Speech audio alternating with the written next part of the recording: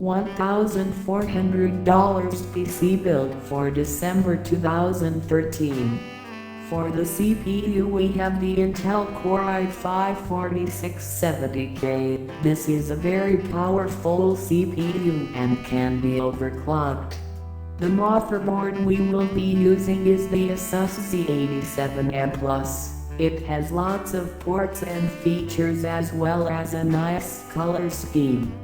The RAM we will use is G.SKILL TridentX 16GB clocked at 2400 megahertz, but you can get 32 GB of RAM or RAM from another company. For the graphics card we will use Sapphire AMD Radeon R9 290.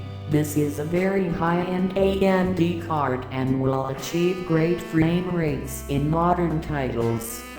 For storage we will use a Samsung 840 EVO 120 GB solid-state drive paired with a Seagate 2 TB Barracuda hard disk.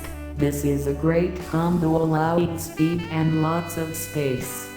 The power supply that I will use is the Antec HCG-900 watt. This has plenty of power for a future upgrade as well as being very reliable. For the case in this build I will use the BitFenix Shinobi.